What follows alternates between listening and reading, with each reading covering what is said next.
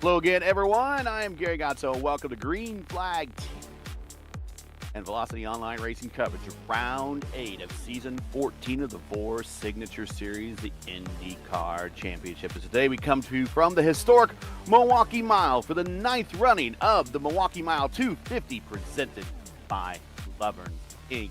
As always, joining me in the booth for much of this season is Lucas Moody. Lucas, good to have you back. We are done for the road courses for the remainder of the season. We got 2 more races on short 1-mile ovals to round out this campaign. And we had a new first-time winner at Road Atlanta.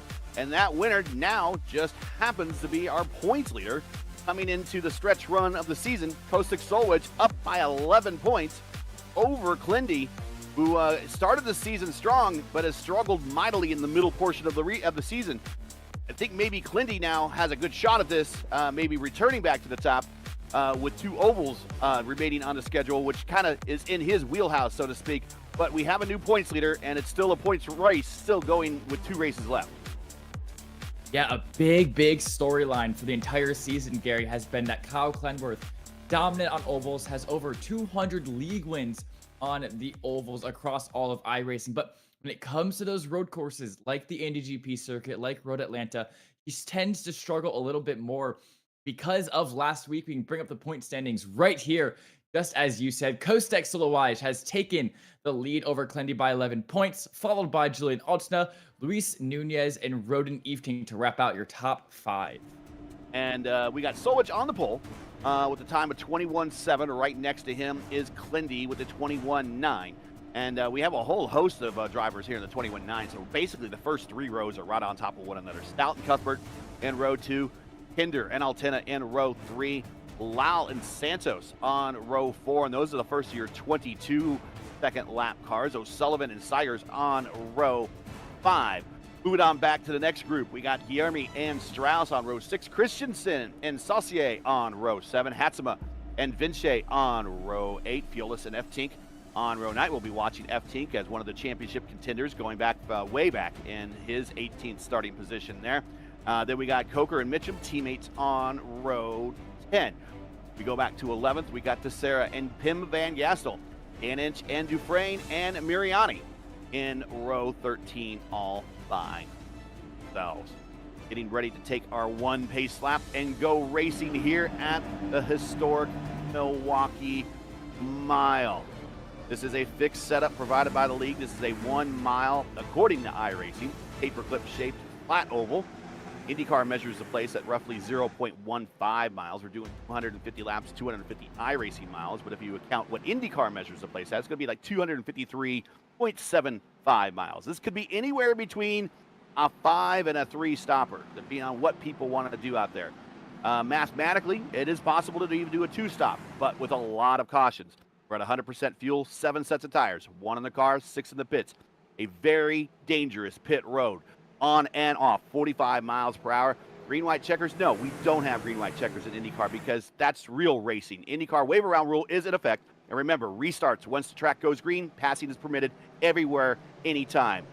Getting ready to go green this time by your leaders up at the front are your points leaders, 1 and 2 in the championship, getting ready to take the green flag.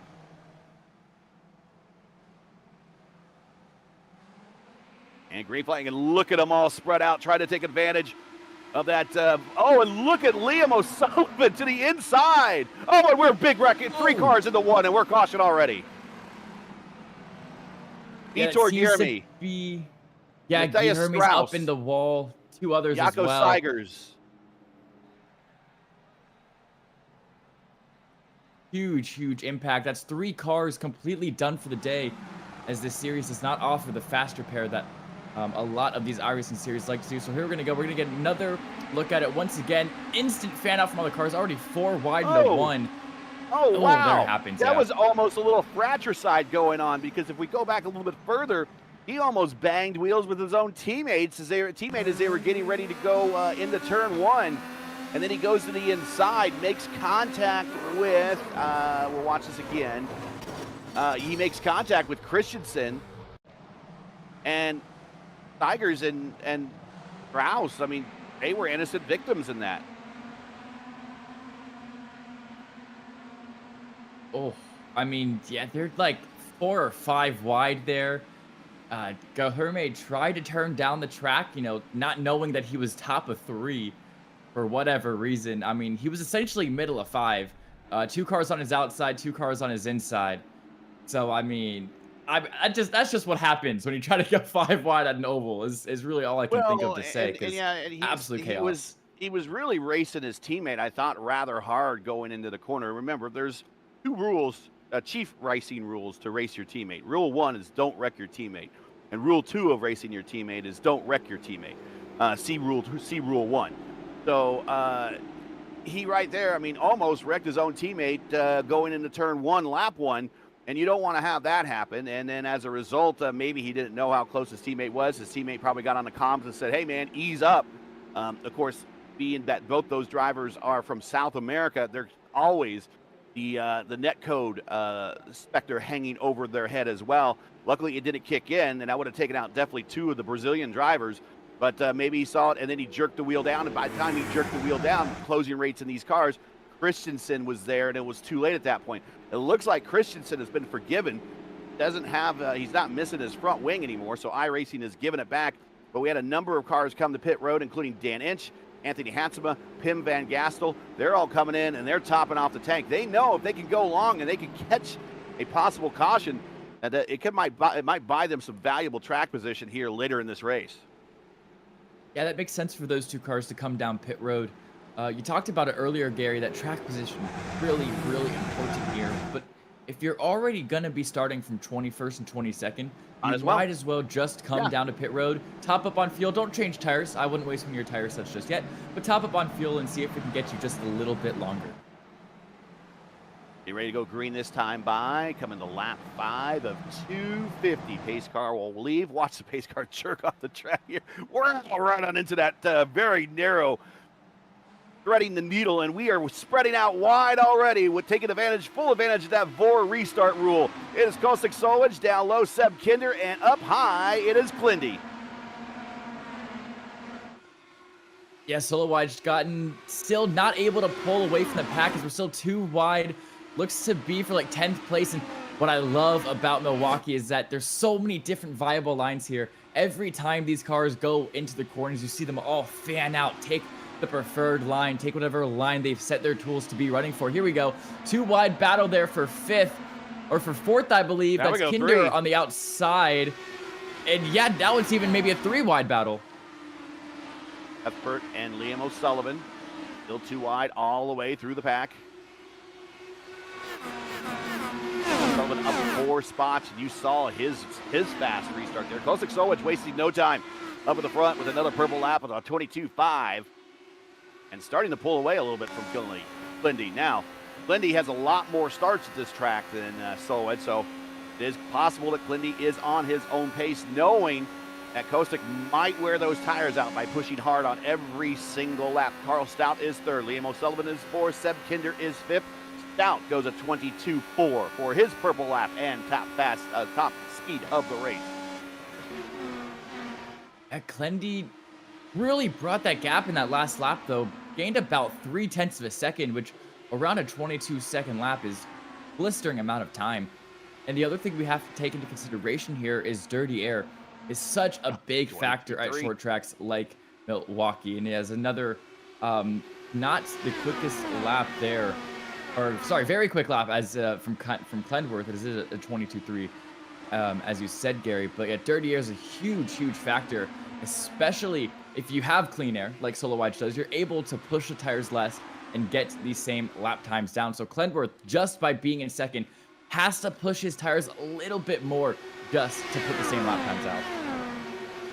And a little bit further on back, watching the battle is now, we have Cuthbert and Kinder side by side, and right behind him is 2-time winner and former series champion Julian Altena. He is in 7th spot. Right behind him is his teammate, the Skittles team of Altena Autosports, with all the different colors they have. Aman Lal in 8th. Aman Lal with a win earlier this season. And Altena, Kinder, and Cuthbert having a really good scrap here. As, you know, Altena wants to look for the move on Sebastian Kinder, but he knows. And here he goes for it, though, now. Down the inside of 1. He is going to pull it off. Yeah. Gets the slide job done. It does and get the Kinder slide. now trapped in. Cuthbert coming now. And he's moving Kinder out wide. Ball down low. Each one different line going through the corners.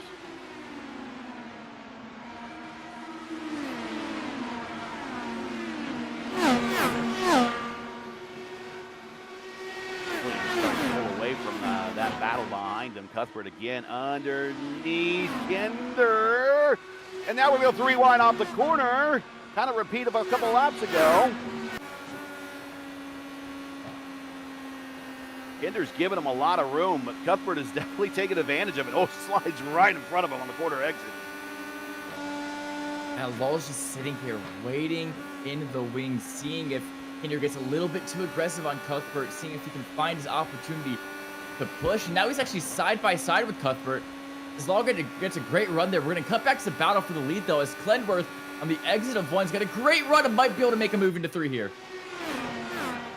The tires get worn out. The low line is not the preferred line, and we are 14 laps into this stint, so we're right at the point where the tire's usefulness down low is going to start wearing out.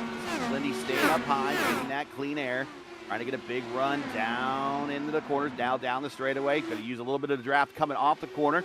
Now to the inside, back of the 3. Now he's really hoping that he can just send it in there. The car will stick and see if he can slide back up the racetrack in front of Kostic, but they're going to be drag racing off the corner, down the front stretch, and back into 1. Still side by side. Then he can't stay down there forever. Oh, there's contact between our 2 points leaders, and into the wall is Kostic Solwich. That was contact based upon net code. We are still green flag, and now we'll caution. And that Solowai just races over. Look at that right front wheel, Gary. He's not going to be able to recover. As I want to get a better look at that. I really am curious if it was full net code or if Clenworth got up the track a little bit. Here we go. Take another look at it. And oh, I don't know, though. I mean, it might be, but from that angle, at least, it looked like those cars made contact. I'm looking from a blimp angle, and there is at least a wheel width. Oh, yeah, you're right. That's a good one. And you got to kind of hope, because Clindy kind of made contact with the right front wing plane. It looked like it snapped back in, but is there any damage now unseen on his car? But Solwich contacted the inside wall, and that is day done for our points leader. Yeah, and that's just so unfortunate for Solowai, especially because Clenworth didn't look like he got too much damage from that incident. And also because it's netcode, you can't put it on Clenworth either. So essentially, unfortunately for Solowai, Clenworth has effectively taken out his championship contender or his championship rival and gotten away with it completely scotch-free. I say taken out very loosely. Obviously, I'm not pinning the blame of that wreck onto Clenworth there. But now he's going to be leading this race. Yeah, he's the leader, but yeah, you got to look at also at what point are you? I mean, what is the goal that Kostic wants for this particular race? Does he want to lead every single lap? And that's not going to prove anything. It just prove that he can lead every single lap. I don't see the problem with just letting off the pedal a little bit, letting Clindy go by and avoiding the whole netcode thing altogether, and then chase Clindy back down.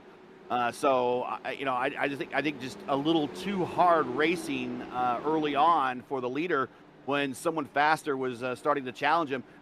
The best course of action there might have just do what Mark Martin kind of used to. That's kind of, I don't have a lot of ties to NASCAR side of things, but I do remember when I used to watch NASCAR when Mark Martin was in the lineup, there were many times where the guy would just pull over and let the guys go on by saying, I'm just going to catch you later in the run, I'll catch you later in the race. But right now, racing for this position doesn't win me anything. Yeah, that's a good point, but at the end of the day, these guys are racing drivers. They think, they breathe, and they live the word win. They'll do whatever it takes to get it at the end of the day. And we talked about track position. The best way to win is by keeping yourself in that first position the entire race. And you also have to think about the points. A win here is 50, and second here is 40.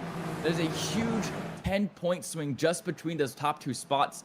and also the bonus points. Those 2 bonus points you get for leading the most laps. I definitely understand why the 95 fought very hard for that position.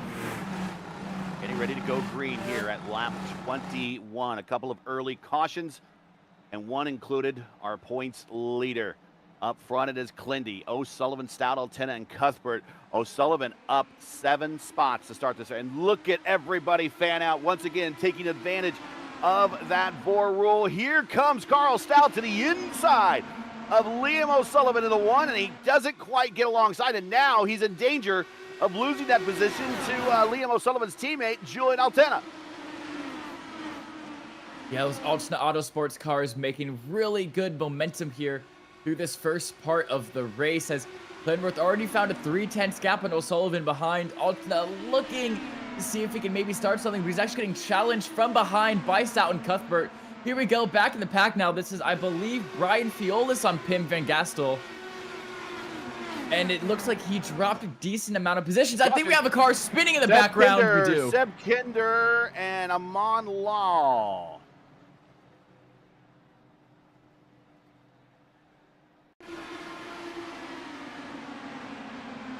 This is going into turn 3. Oh, Kinder just right into the back of him. I don't know if Kinder was not expecting Law to slow down that much. Oof. Well, it's funny, our producer here, Howie Burroughs, actually one of the admin, or stewards, I should say, for this league. And I think, Howie, that'll be a pretty easy decision for her, as it looks like Kinder just runs straight into the back of the 13 car there, yeah. I'll ride with Law and see what happened. How did he have to get loose and had to catch it?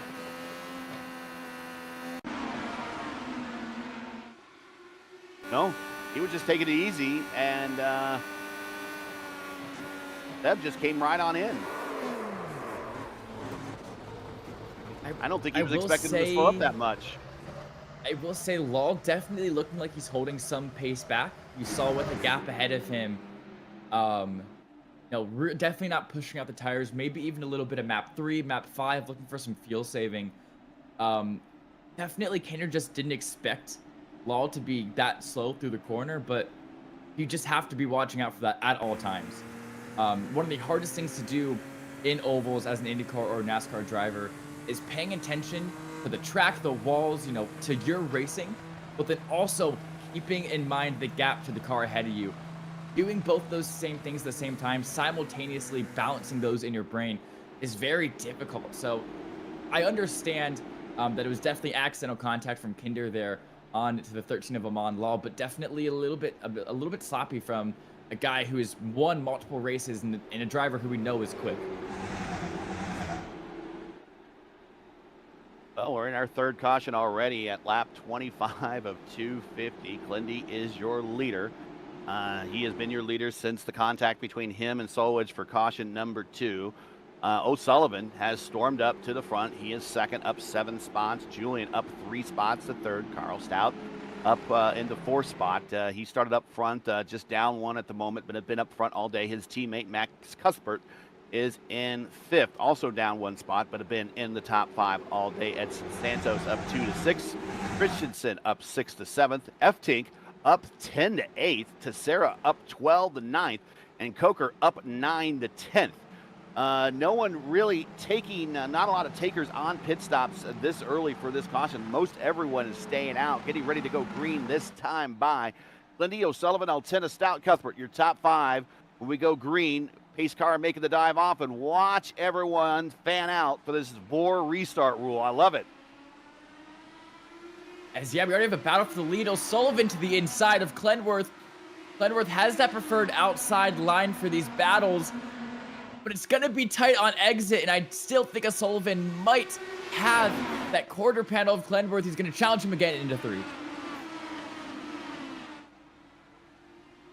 And Clindy again. Oh, Clindy goes, wow, I don't know what Clindy was doing there, but he goes to the inside, or maybe a little bit of side draft. I don't know if he didn't expect Liam to be there, but there's a little contact going down the front straight, and Liam O'Sullivan now is your leader. Clindy at this point needs to be thinking big picture, but I think he's thinking win right now.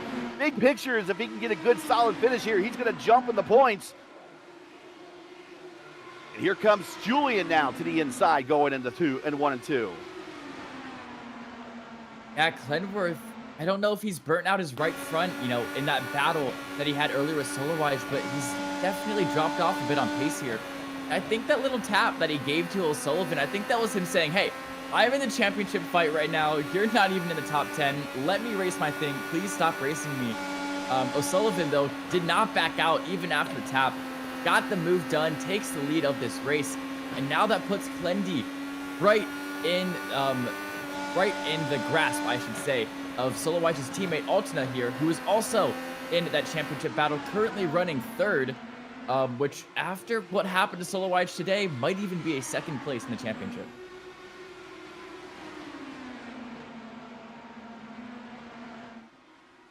Liam O'Sullivan, purple lap that time by at 22.2. Watching this battle. A little bit further back there is Stout now reaching. He is now reached into this battle, and he is going to fight. Here goes Julian to the inside, taking a peek, going into 1. Look at the different lines they get to use. You got to watch yourself on the high side because you'll run out of room here really quick on exit. Yeah, especially if there's a car to your outside, it gets even more difficult to control, and you have to back up the corner so much as Altena gets that move done, and now Stout looking for the inside move onto Clenworth, and that 43 looks to clear the 37 as well, as they're still side by side, and no, Stout will choose to tuck in. Gonna not fight this one just yet, but might be able to get a run out of 3-4 here and see if he can challenge the 37 once again here. Into 1 down the start finish they go, and Liam O'Sullivan 0.8 of a second ahead of second place right now. He has done a very good job of just taking that lead away from Clenworth and pulling away, getting that gap behind. Now we're gonna ride on board with Carroll Stout here, see how he's able to manage the throttle in the brake, and see if he can get past Clenworth for that final podium position. Listen as we ride with him there. Goes down the 4th gear. And this is not one of those races where you just keep it in the same gear and roll around. They're changing gears up the 5th gear now in the backstretch. Now 6th gear as he gets into that draft, goes back down the 4th gear to help the car rotate through 3 and 4. To the opposite end of the racetrack, he'll do the same thing. And again, you'll see how flat it is. You don't have any banking to help you really help the car turn here. A bit of a twitch there. He caught it. And then you also just got to hope for that clean air to hit those big front wing planes to help your car get the downforce to rotate and turn.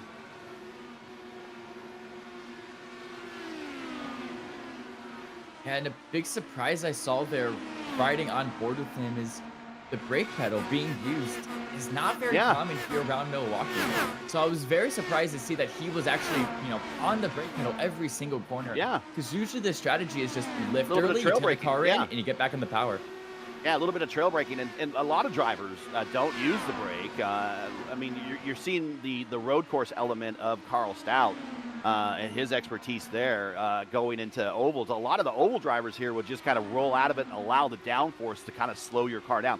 There's that much downforce supplied with these cars. It's just like hitting the brake when you get off the accelerator, that they will start to slow down really quickly automatically.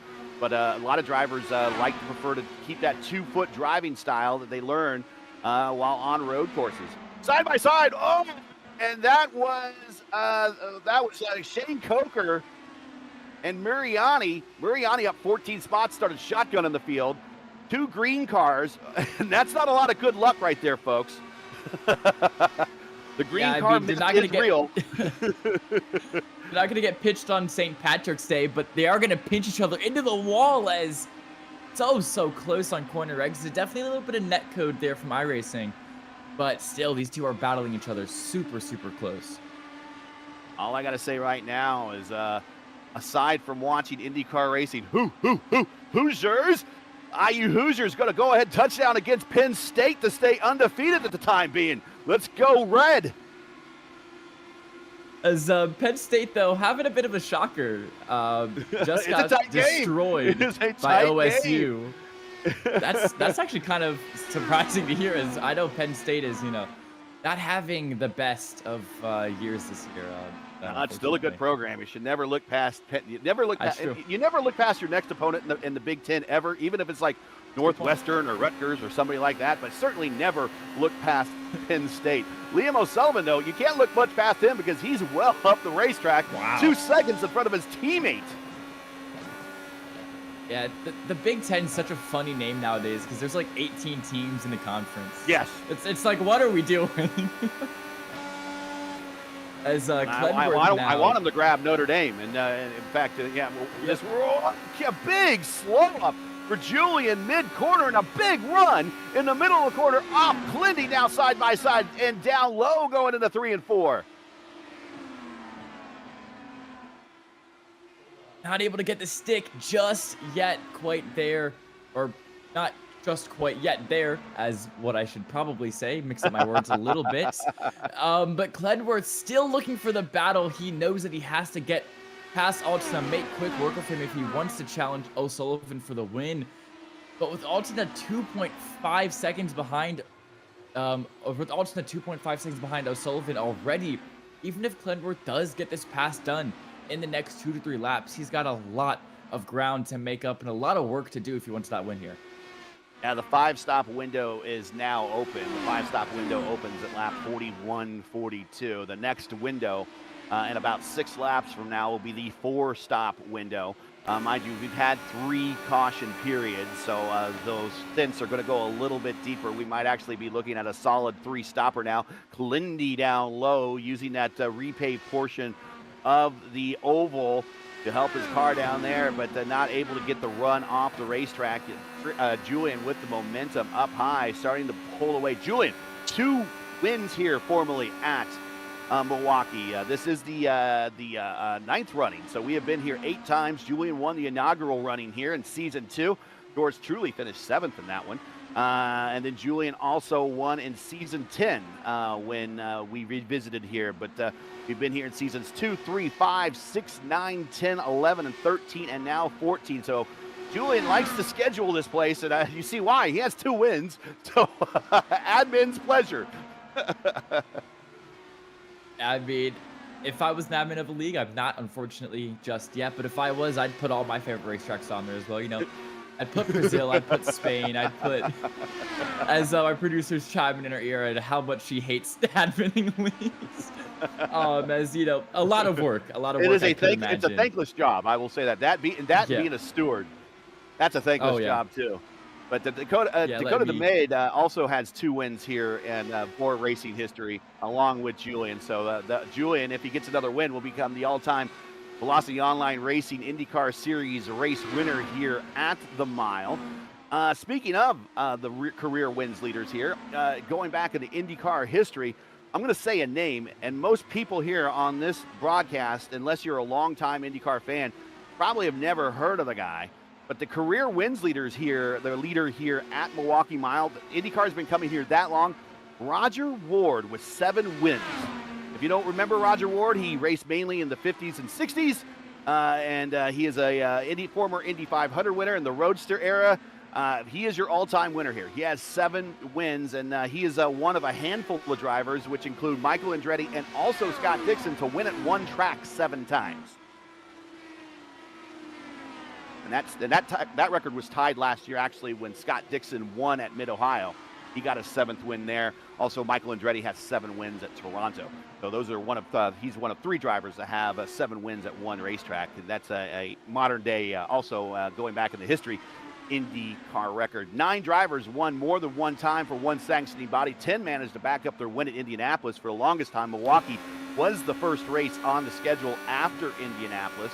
So 10 drivers managed to back up their win at Indianapolis with a win here, one of which was Juan Pablo Montoya, who actually in 2000 won in an IRL car in 1 week and then came here the next week in kart in an entirely different car and won Toyota's very first IndyCar race here.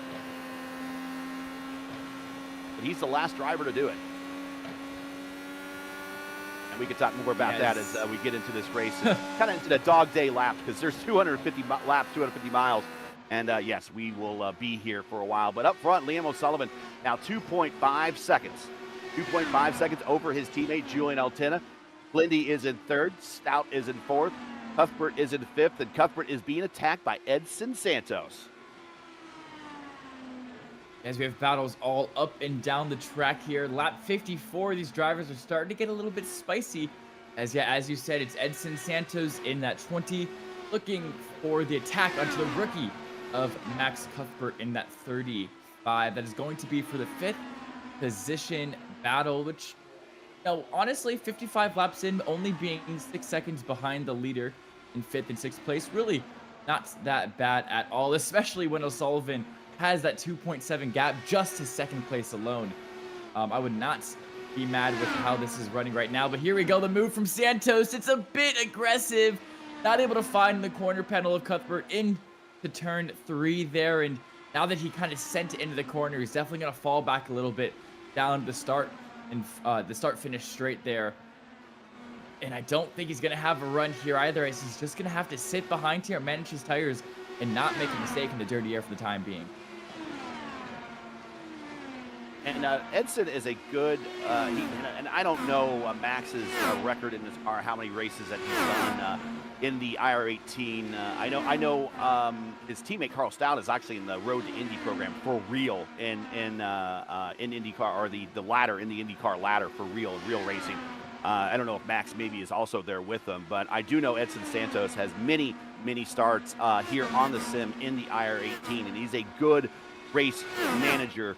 And with Edson, with all those starts, it's possible that he just kind of taking it easy. Right now, his tires are in a little bit better shape than Max right now. But the problem that Edson has is now we are 57 laps into a stint, and while his tires might be in better shape, he is still getting that dirty air and can't get around Max. And now that battle has stabilized. Hey, if you just joined us, if you enjoy Green Flag TV's coverage of the Velocity Online Racing IndyCar Series and respect the stream, please do us a solid. Make sure you support us by subscribing. And while you're at it, don't forget to smash like and click the bell so you don't miss out on future iRacing broadcasts here on the channel, because we have a ton of them. But if you're just joining us, this is Green Flags TV coverage of the Velocity Online Racing IndyCar Series, coming to you from Milwaukee for the 9th running of the Milwaukee Mile 250, presented by Lovern, Inc.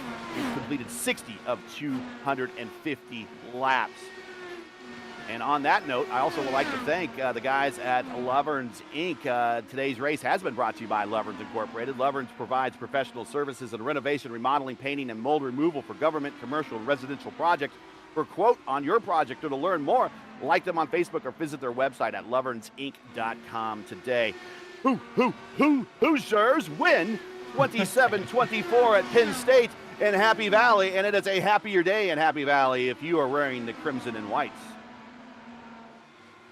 Yeah, I could definitely imagine. I actually am currently in Indiana, as I do go to Ball State University. Not quite an IU guy, but it is probably just an hour and a half drive away from me right now. And I will say, Gary, literally just last weekend, I was in Ohio State for the Ohio State-Penn State game, but I didn't actually go and get to see it because tickets were like $400, $500. And as a broke college student, not able to afford that one, but the energy at least was absolutely electric all weekend for Hollow Weekend up there. And my friend toured me past the stadium, the shoe, as I believe they call it. The horseshoe, yes. Absolutely insane. The energy, the loudness, just the feeling you get just being just outside of the Ohio State Stadium was absolutely mental. And Ohio State, of course, did beat Penn State on that occasion too. So look at that. Columbus and Indianapolis going 2-0 over Pennsylvania in the past 2 weeks here. Nemo Sullivan gets around Miriani and Hatsama, put himself a little bit of a buffer between himself and his teammate Julian Altena. First round of pit stops, we are not that far away at. We are now into the 3-stop window, which opened at lap 62-63. If they can get to the 2-stop window, which I don't think they can, that's an 83-84, and then they want a lot of caution here for the remainder of this race. But right now we got 25 started, and only 18 are still running. So with a little bit more attrition occurring here in the early stages, a lot less closer racing out there. So the only time that we might see some car-to-car contact And we've seen this before in other Velocity Online racing series, specifically, I believe, in their Iconic series, which used the DW12.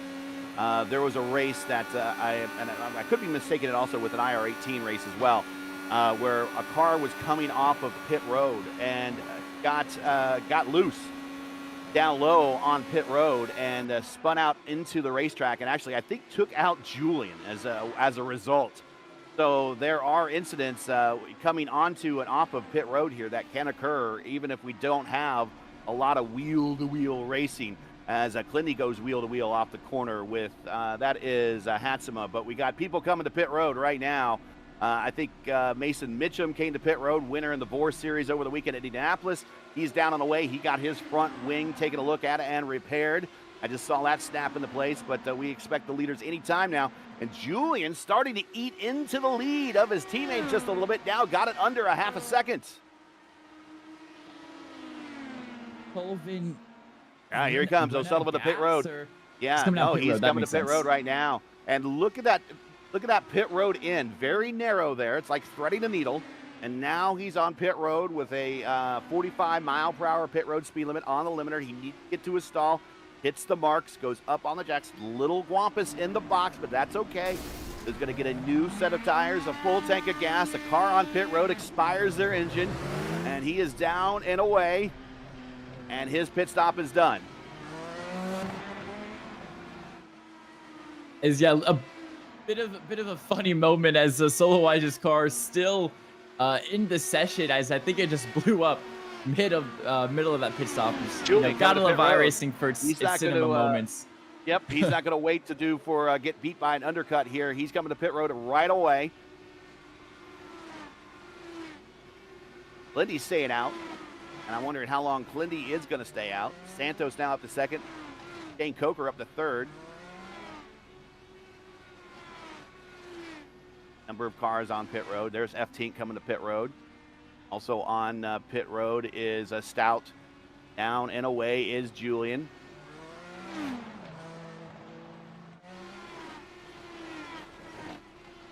And here comes Julian off the entry road, racing his teammate, and he actually made up a little ground on him. Kyle is on pit road. He is here for his scheduled stop. Edson Santos going out long. Now here's Shane Coker making his scheduled pit stop as well. This makes sense. This is about that 6-7, 74 lap area where you expect these drivers to come down for three stop. As it was either Coker or Morani up in the wall almost. As no, Coker's still in the pit lane, so that must have been Morani almost running himself into the wall, ruining his race in the background. As Santos really bringing out the long haul in this first stint here. Sullivan starting to pull back away with a fast lap of the 22.201. So using those fresh tires to his advantage, but out there not to his advantage is Edson Santos, who's staying out long with very used tires, 75 lap old tires. He might be trying to make it to 83, 84, which would get him into two-stop territory, but he needs to hope for some caution in the second half of this race. Yeah, I think that's what I saw, that car that was exiting pit road, or he got sent up the inside, and it almost looked like it pushed him wide into the wall. I might have saw that a little bit, but yeah, definitely a tiny bit of a scary moment for Morani as he really had to jerk the wheel left to avoid getting out of the wall that time. And contact made, maybe. I think that was a front wing, and I'm not sure that that is Carl Stout. And yeah, he is forgiven. iRacing gods have forgiven him and given his wing back. But he was racing Hatsuma for position very, very closely, and Hatsuma was not going to pull over.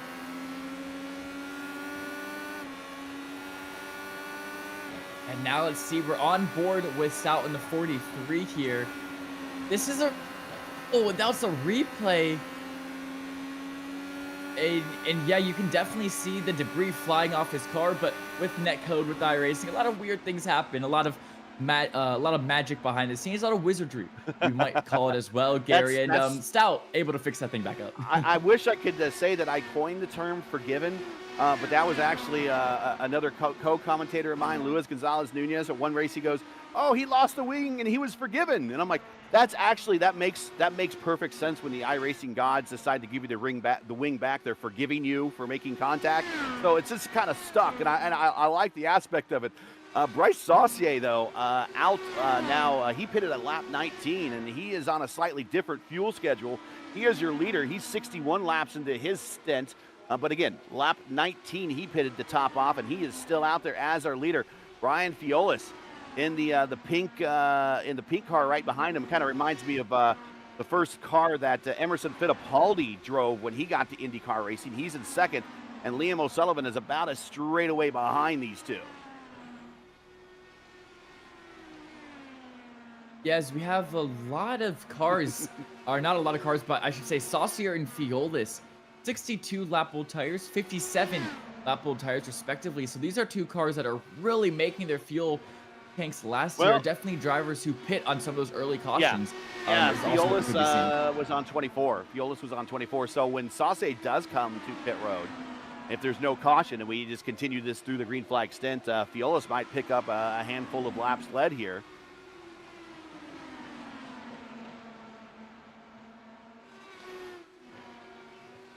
Watch these guys, the IndyCar track records here. Of course, AAA ran here back in the day. USAC ran here back in the day. CART ran here back in the day. The CART track record set in 1998 by Patrick Carpentier with a speed of 185.5. The IndyCar IRL track record set in 2006 by Elio Castroneves with a speed of 172.4. As Fiolis is coming to pit road right now. Saucier staying out long. Fiolis might decide that he just wants to come and do a short fill and maybe see if he can do a little bit of an undercut.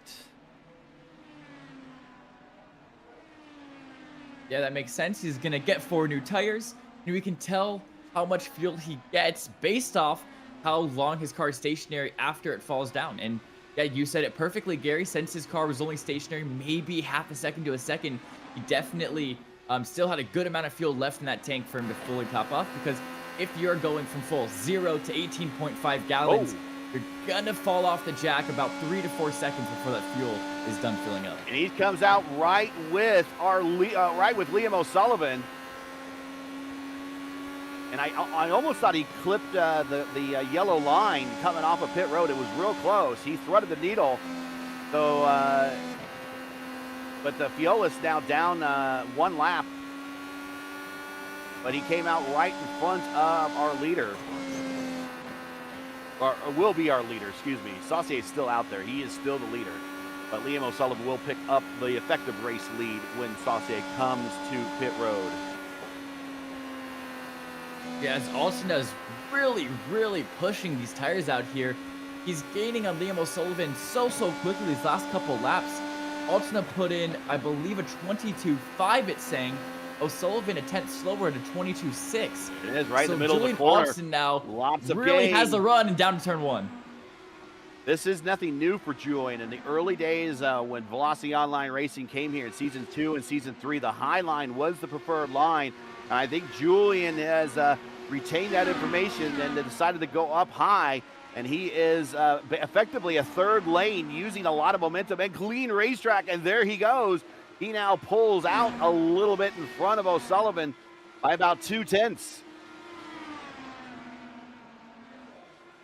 And here we go, looking back in the pack. This is 7th, Edson Santos, and 8th, Anthony Heitzema fighting side by side. Of course, Heitzema in that yellow car behind, Edson Santos in that nice white car up ahead, and Santos now getting a pretty big gap on Heitzema. So it's funny, as soon as we cut to the battle, it kind of dies out a little bit, as it seems to happen, the unluckiness, I guess, of having to produce an iRacing cast. And now it's a Hornet's Nest. Where is this? This is for 13th position. Marcos Teixeira. With our leader, with Julian in the neighborhood. Yeah, so we got a bunch of guys here. And F-Tink wants to stay on the lead lap. And he goes way up high. He gave a lot of room, and his teammates should thank him for that. Because that might effectively kind of locked him into position. He's up there rubbing the wall right now, but he's in 5th in the points, and effectively this is going to lock him down a lap. and probably remove any chance of a win, at least at this point in the race. Yes, Fiola's now trying to fight to stay on this lead lap here as well, but already being behind Alton, probably not going to be able to. But this is actually a battle for position with Road and Eftink, as there's so many cars here. I'm getting confused on which lap they're all on. As Phyllis is able to hold off Eftink on that account, keeping that 11th position for the time being. Now we have a pit road that's Gastel. Yeah, I'm not sure what happened to Pim Van Gastel. He's on pit road. Okay, so he's on a different schedule, and he's down and away. He went 71 laps on that previous stint. So he's on a couple different stops. I know he dove down early in the race to top off, so he's on a slightly different fuel schedule.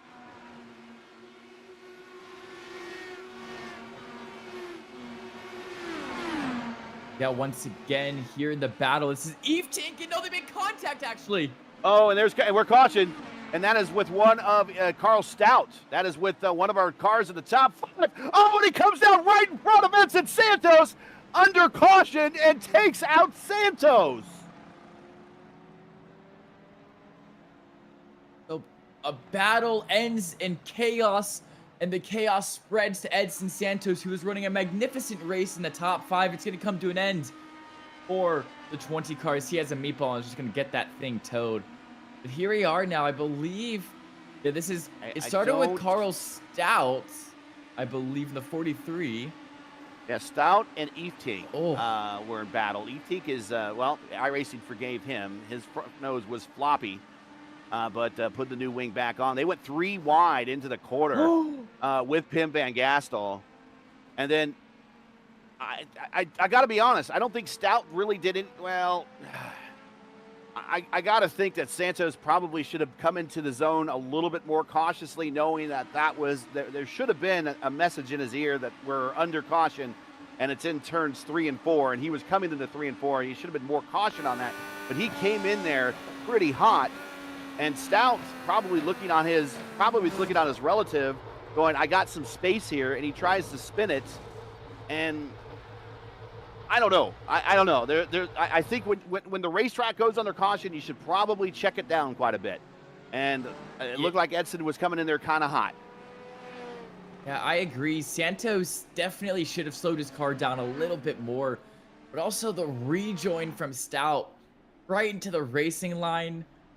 I mean, there's not a lot else he could do in that situation. It is a really tough call, especially at a short track. Like, where do I find the gap to rejoin if cars just going to keep flying by me one after one? That's going to be a tough one to call. I'm going to be completely honest for our producer, Howie, here, as I've already mentioned, is one of the stewards for the series as well. So I feel a little bit bad for her with that one. Yeah, Santos definitely, in my opinion, going a little bit too quick, being under caution. But I can definitely see how Stout rejoining into the racing line like that, not good either.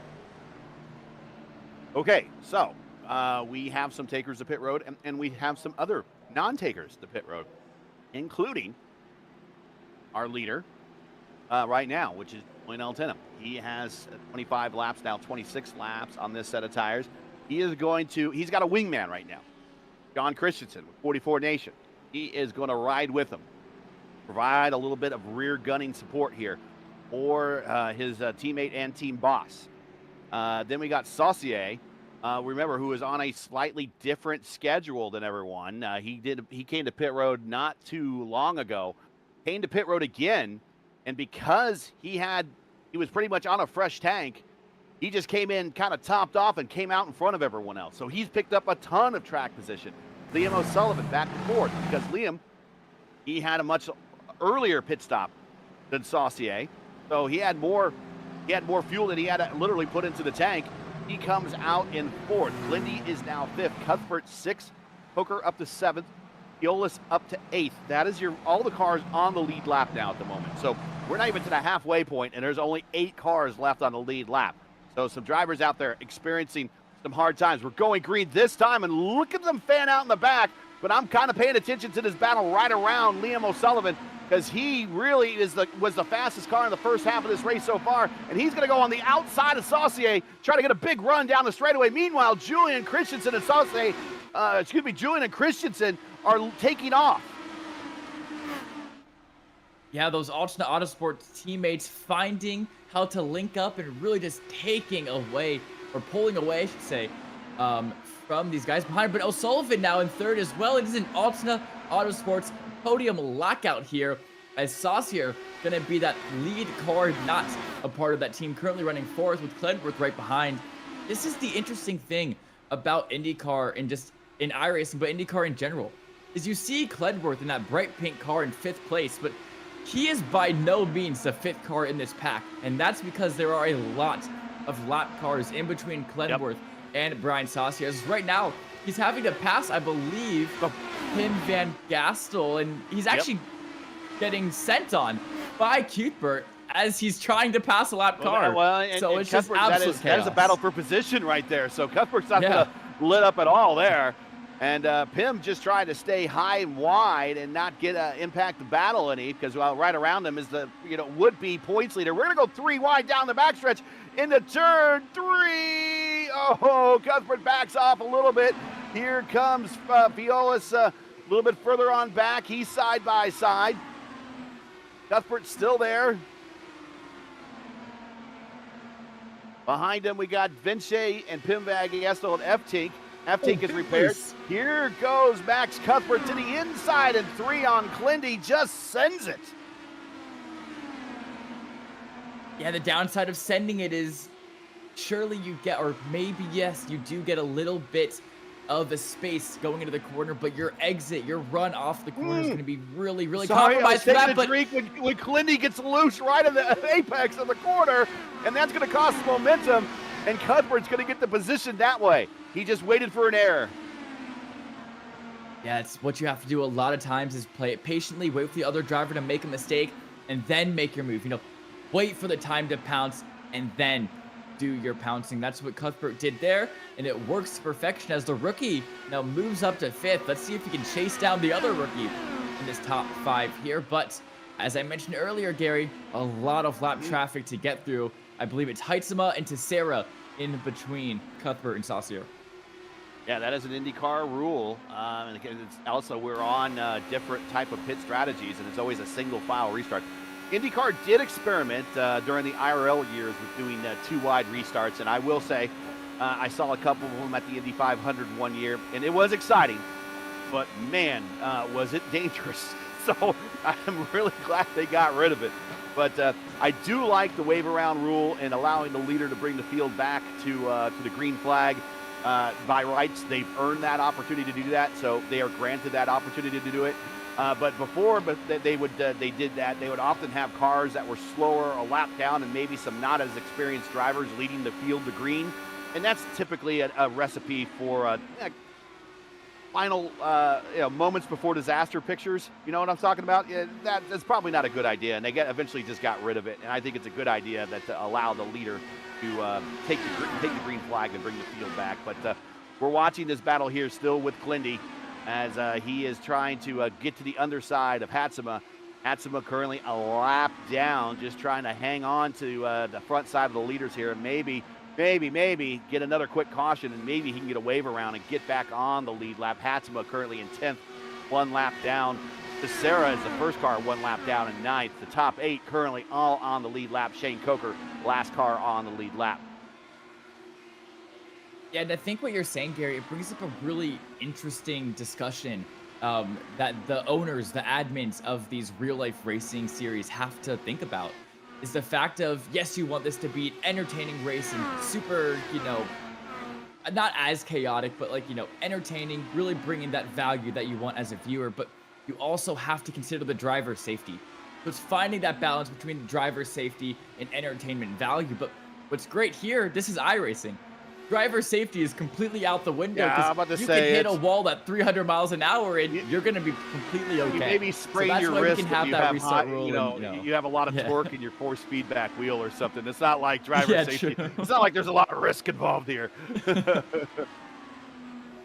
But I think that's so cool why iRacing, these leagues can do that, is because, real life IndyCar would be super, super risky to have 2 double file restarts every single restart. But here at iRacing, even though we keep it single file for all those restarts, we do have that instantly fanning out rule to allow these drivers to make moves, to give it more entertainment for viewers, and to just allow for more to happen.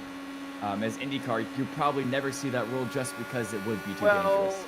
Well, I think he's trying to, and I think Julian and the admins here at Velocity Online Racing, what they're trying to do is actually mimic what real-world IndyCar racing is. Remember, iRacing is a NASCAR sim, and IndyCar is part of it. We're watching Godsoe and Cuthbert battle for position, going into one. And so often we see IndyCar slammed into the same NASCAR peg hole, and the same rules and everything apply. And typically on restarts is key to that. In real-world IndyCar restarts, they start coming up to speed, like for instance here at Milwaukee, between turns 3 and 4. The pace car is already off the racetrack by that point. And when the track goes green, as Julian's rule and the Velocity Online rule allows, once the track goes green, you could pass anywhere, anytime you want once the track is green. You don't have to wait to get to the start-finish line. That start-finish line rule and passing on the outside is an iRacing rule brought down from NASCAR, and it gets squeezed into the IndyCar rule of things, and I don't think it's necessarily fair, and I wish iRacing could eventually break into the code and allow certain things like better IndyCar restarts, more real-world IndyCar style restarts and that type of thing, but until then, we're kind of slammed into the same hole as NASCAR, and that's not very unholy, very fair. But with Julian's rule here, it does make things a little bit more real to life. Gotcha. Yeah, I guess I did stand correct. I stand correct on that one, as I guess I'm not too familiar with the IndyCar rulebook. But yeah, it is interesting to think about because, you know, of course, how we had the recent splitting of Formula cars versus sports cars. On the road side, I wonder if we're going to see maybe a stock car versus open wheel split on the oval side in the future, so you can get that discrimination between rules and that the race control being coded differently from IndyCars to NASCAR.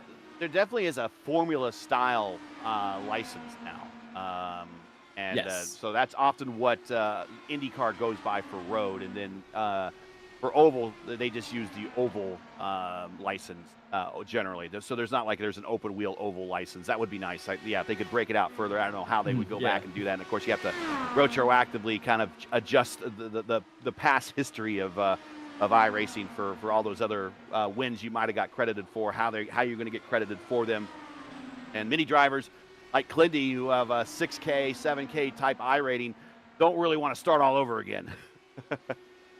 Yeah, I think what was really good what they did with the last split, where it took all of my road wins, and it just like it's a new section under my thing. It says road, and it's like in parentheses retired, and it still lists out all my wins there. And what it did also is that it took my current road racing and I rating, or my safe rating and I rating, it just made that my open wheel and my sports car. So even though I really hate driving sports cars, I have an A license in it just because I had an A license in road car from driving Formula stuff. So it was really interesting to see how that split worked, and probably not the most, probably not the easiest thing to do for the oval side of it, you know, splitting it between stock cars and open wheels. Definitely something that I would like iRacing to consider in the future. Your leader right now, Julian Altena. He is out by 2.6 seconds over his teammate Liam O'Sullivan. Right in front of Liam, right behind Liam is John Christensen. So we have the Team Skittles up front right now, where we have the blue car, the purple car, and the I guess we call it the Easter eggshell type color car, John Christensen with 44 Nation. That is your top three right now, as Altena Autosports is kind of setting the pace.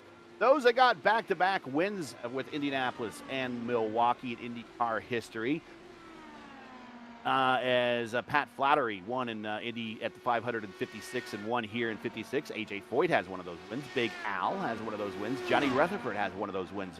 Gordon Johncock backed up his slim victory over Rick Mears in 82 with a win here at Milwaukee. The very next year, Tom Sneva did it. Rick Mears did it in 88. Little Al did it in 94. Of course, you mentioned Juan Pablo Montoya is the last driver to do it in 2000, and since then, Milwaukee has only reappeared as a race after Indianapolis for a short period in the mid-2000s. But right now it's a little bit later in the season, and Detroit has kind of filled in the more natural spot after Indianapolis on the schedule. Don't forget, your defending NTT IndyCar champion from Milwaukee from last year, Christian Rasmussen. Most people forget that, but Christian Rasmussen with that big full send that he did on Alex Palou on the outside, tried to wreck his car a number of times. Yeah, don't forget, he got the win here.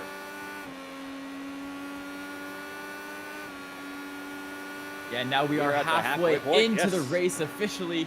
125 laps, 125 miles completed, and then 125 laps, 125 miles to go as well. As here we now on board with Clenworth, trying to bring down that gap to Saucier. And remember, Clenworth is someone that we really expect to be winning this race. You know, have a lot of pace here today. He's got a lot of experience in this car around this track, but I don't know, Altna O'Sullivan really just found something out there today. Or yeah, maybe it's big picture. Big picture, and I don't mind that way of thinking at all. Just bringing the car home. We still have a long race to go. We still have another half of this race. Something can happen to Saucier. Something can happen to Cuthbert. Something can happen to Christensen.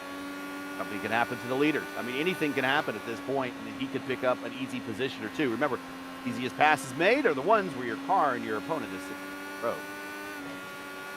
Yeah, it's a great point. You know, the race of attrition is what we talk about a lot of the time with these IndyCar races, especially at road courses. I think Road Atlanta, we only had, I believe, 6 or 7 cars finishing on the lead lap. Essentially, just by surviving and not wrecking your car, you were able to get a top 10 in that race. And here, Clenworth, as Gary is saying, probably doing the same thing. You know, saving fuel, saving tires. You know, really just feeling out the track, seeing where he can push, seeing where he can't.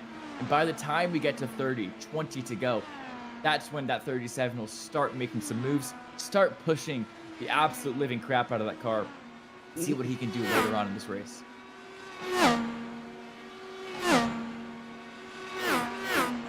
An inch from 13th coming on the pit road, and that ALZ.org car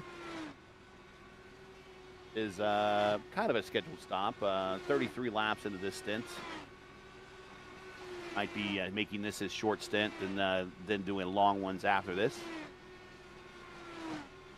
Blendy has reached Saucier for 5th.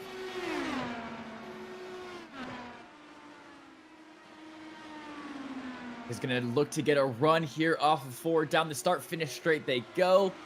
He's going to be closing, using that draft, using that run. Once again, you see Clenworth entering really, really high. There's 2 reasons he do that. 1, to just simply get out of the air of Bryce Saucier in front of him, and 2, it's if you enter a little bit higher, you lift a little bit earlier, you're able to simply carry more speed out of the corner, see if you can get a good run to attack the car ahead of you. And every single time you see entering just slightly higher than the 07, and you know, like I said, the 2 reasons I just said is why he's doing that. And it really goes to show how, you know, skilled he is at these tracks, how much experience he has to know that you do not want to be driving directly behind the car in front if you're in a battle like them. Lindy currently in a championship points battle right now in the iRacing Indy Oval Series. Currently in the top 3 right now, former champion there. Just repeated in the vote of Indy Oval Series as their series champion. Also won over in the 2-time champion over the ISRA Open Wheel Series.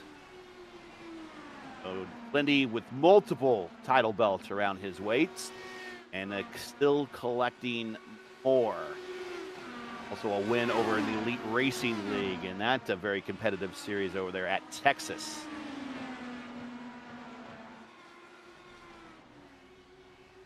Now, Julian Altna comes down pit road. Remember, he and Christensen, both of those Altna Autosports teammates, they stayed out. They were on, I believe they're currently 25. on, so 66 laps and 65 laps their stint, so.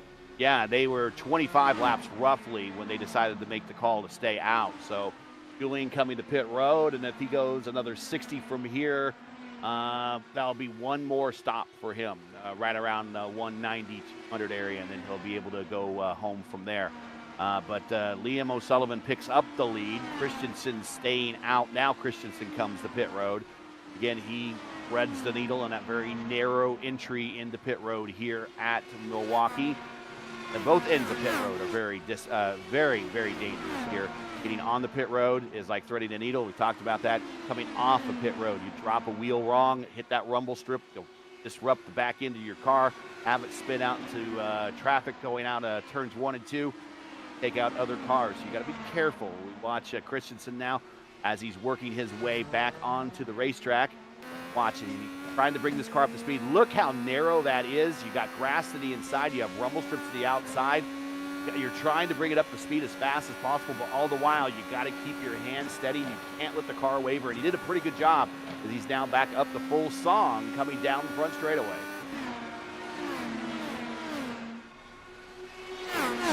As Christensen also had to come down for his pit stop as well. And now that puts O'Sullivan, Cuthbert, Saucier, and Cledworth. Now your top 4 is Cledworth having to battle with some lap cars there that look to be Fiolis and one other driver. Looked to be actually Fiolis. Oh no, Fiolis is for position. Yeah, sorry, in that my pink bad. car. Yeah. Gotcha. Yeah, so Fiolis is up here to strategy. Yeah. He stayed out longer than everybody else, and that's why he's up here. I got confused because I swear that he was not on the lead lap, but that would make perfect sense. As now Clenworth, this is not for position. On the outside. No, that is for position. It is for position. Side by side. That is Saucier.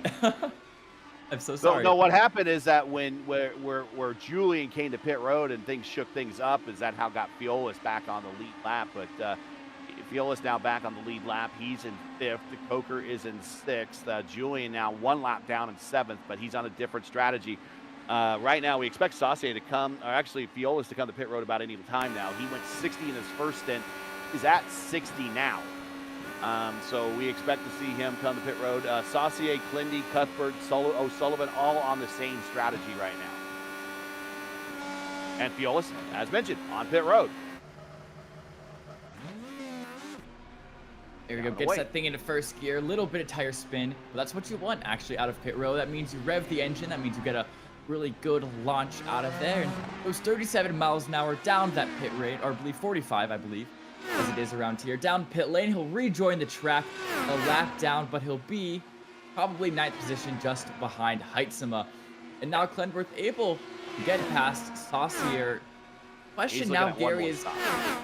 Yeah, can Clenworth catch up to Cuthbert? Do you think that 7-second gap is too much before these next pit stops here? Yeah, I don't think he's going to really run. The best thing he could do is try to maybe cut into that lead best he can when he's got clean racetrack in front of him. He's now around Bryce. The next thing for him to do is maybe think about maybe stopping a little bit early and try a little bit of get in there early, put some new tires on, come out and do some hot laps. Shorter fill and do an undercut and see if maybe he could eat into Cuthbert's deficit, or his deficit in the Cuthbert, right now. But Cuthbert right now battling traffic, so that's not helping Cuthbert's cause any.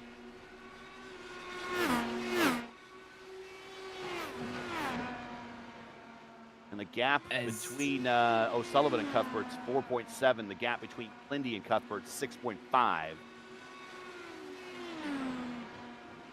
And the tire strategy, the fuel strategy here is so interesting, because we have these top 5 drivers who all pitted 52 laps ago, but behind that, Gary, it is a complete mess of numbers. Altena pit 11 laps ago, Christensen 9 laps ago, Heitzema 54 laps ago, Fiolis 4 laps ago. I mean, besides these top 5 and a couple other people who pit on that same caution, I'm looking at Eve Tink, looking at Tessera, you're looking at Morandi as well. It's just a jumble of strategies up and down the entire grid here. Some drivers are a lap down because of it, some are 2 laps down because of it. And I mean, it's going to be so interesting to see how this shakes out and see how other cautions also play into it as well. So with 100 laps to go, this race is far from over, even if it is a 5-second gap from second to first. There's so much strategy at play here. And yeah, Fiolis and Heitzema having a right old battle here for 8th. I think Fiolis got to the backside of Heitzema. Hatzema might have lifted a little bit, and I think Fiola's had to take a little bit of basic maneuver on the last lap going through 3 and 4. This time, though, Fiola's going to slide up the racetrack and let Hatzema know a little displeasure about last time they went through turns 3 and 4. Hatzema not done. He goes to the inside. He wants that position back, but I think Fiola's has it secured. And now he looks to try to get some track position and get around Dan Inch, which is next car ahead of him. Yeah, Fiola's using those new tires to really to his advantage here, as just makes really quick work of that lapped car. I hope I'm safe in saying that this time, as I believe that was someone that's 2 or 3 laps down, as in Fiola's only 1 lap down. Yeah, that's Dan Inch, I think. Okay. Yeah, he's Gotcha. 3 laps down at 15th. He's doing a good job of staying out of everyone's way. Teixeira. Yeah, Fiola's now has his sights on Christensen ahead of him. And Teixeira now in 12th. He gets around Hatzema.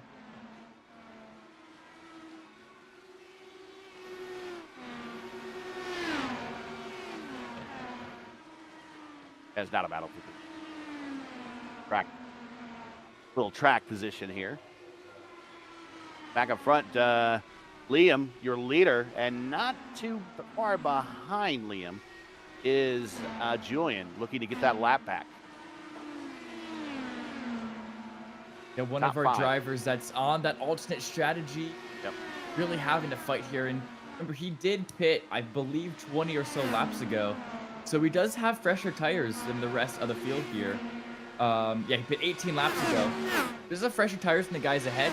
Gonna be able to use that to his advantage. But Gary, what that does mean is that he definitely has 1 more stop left to go in this race. So he's not home free just yet. As we're looking at it though, these guys like O'Sullivan, who are 60 laps into their stints, if they make it 7 more laps to 67, that gets them to 87, and that's not the fuel window either, Gary. So O'Sullivan, Cuthbert, Clenworth, Saucier, Coker, they have 2 stops left, all 5 of them. Yeah, there might be a fuel save or a splash at the end. They're kind of hoping for some caution. So those that just recently stopped not too long ago, including Julian, might be in a better position because they'll come to pit road and they'll just have their final stop and be done for this race, unless something happens late where they might need to come to pit road. They have plenty of tires. But right now, O'Sullivan is 62 laps into his stint, in the same boat as Cuthbert, Lindy in 3rd, Saucier in 4th, Julian moving ahead of Coker. Coker on pit road, I believe. Yeah, Coker coming into pit road, and this is going to be a bit of a stretch for him. He'll have to do a splash and dash at the end. I don't think he has 90 laps of room in that fuel cell. If he does, I want that fuel.exe hack. I was talking about it a little bit before the race with Gary here, is 18.5 gallons of fuel can maybe go 72, 73 laps at most, but you're looking at lap 8, 6th gear, clutching the entire lap around. And we have the leader now. The pit road, I believe, is that O'Sullivan and that 12 machine coming down. Yeah, and this is O'Sullivan is going to have to stop late as well. He is only 64 coming to 65. So let's just do the math, and I'll bring up the old calculator here. We're at lap 161. He's pitting at 161, and he did 64 coming to 65. So let's just say he does 65. That puts him at 226 for his final stop. So he's still going to need to do another stop with about 25 to go. Black flag for Road Iftink. He's at 16 incidents. That might be incident limit. So stopping on pit road will not make that black flag go away. He will have to do a drive-through.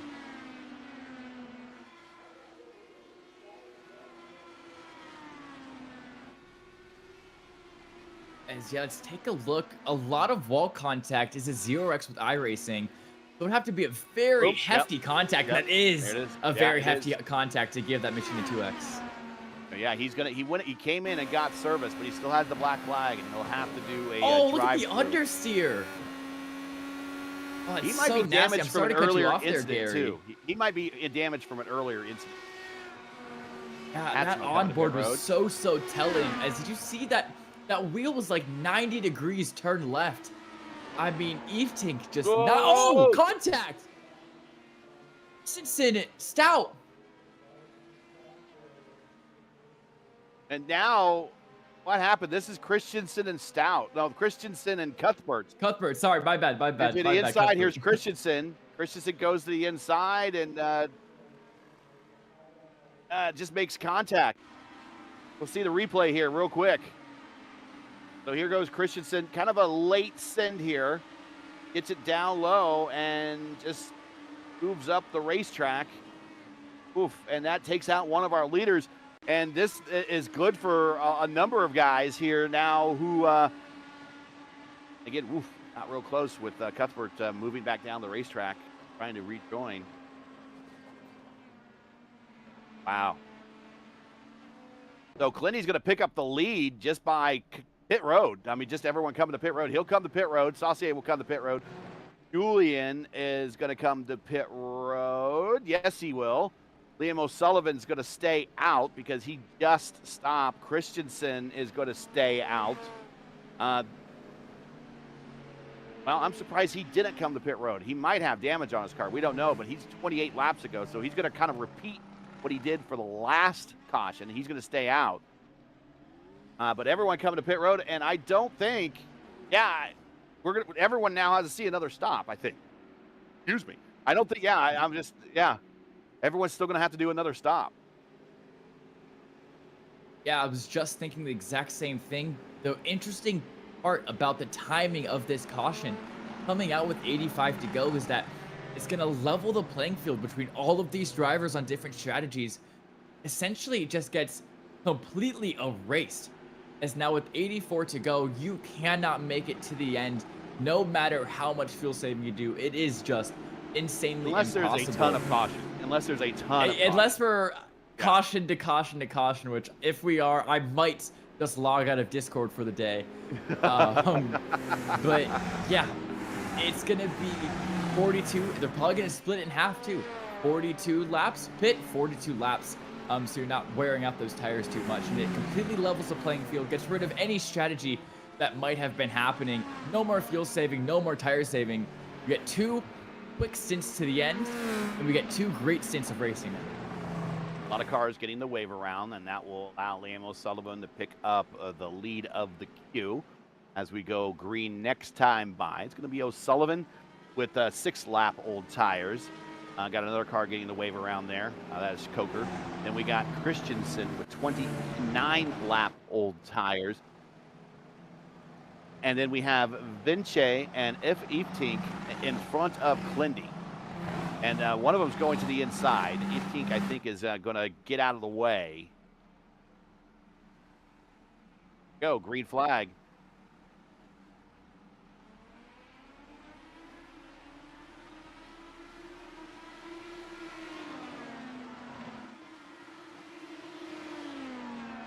Yeah, that's, I think, a bit of a gentlemanly thing of Eftink there to do, just to get out of everyone's way. He might also possibly damage. Here comes Bryce to the inside of Clindy, and not too far out of this is Julian looking for the opportunity to pounce. Battle, 3-way battle. This is for 3rd, 4th, and 5th. Yeah, and Clindy's just going to want to put these 2 drivers behind him. He knows his battle today is not with Saucier or Ortena. He knows he wants to be fighting with Christensen, with O'Sullivan for these 1st and 2nd positions here. So he's just going to want to really just pull away from the guys behind, completely forget about them, leave them in the dust, so he can start fighting for those positions that he really cares about. Because remember, with Soloweish out of the race here today, Glenworth just looking for some good points to get him a solid championship lead here, as Soloweish going to be scored in this race 24th, 21st, almost right dead now, last. Yeah. It's going to be a lot of points pickups here for Glenworth, as now it looks like Julian He's around gotten Bryce. away from Altena, and Altena actually able to get past Bryce Saucier for 4th place, and Glenworth is able to put a little bit of gap on that 11 car. Still the top 7 on the lead lap. Last car on the lead lap is Coker.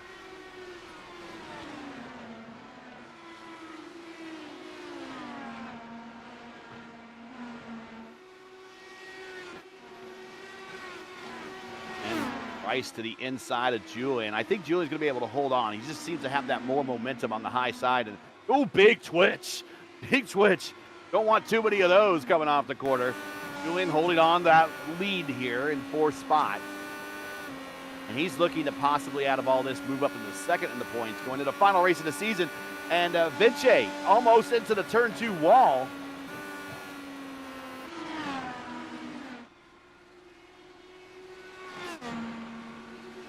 This is fresh tires versus very old tires. Christensen doing a good job giving him room, but this shows you, oh, Christensen running out of room coming off the corner. Did everything but hit the wall there.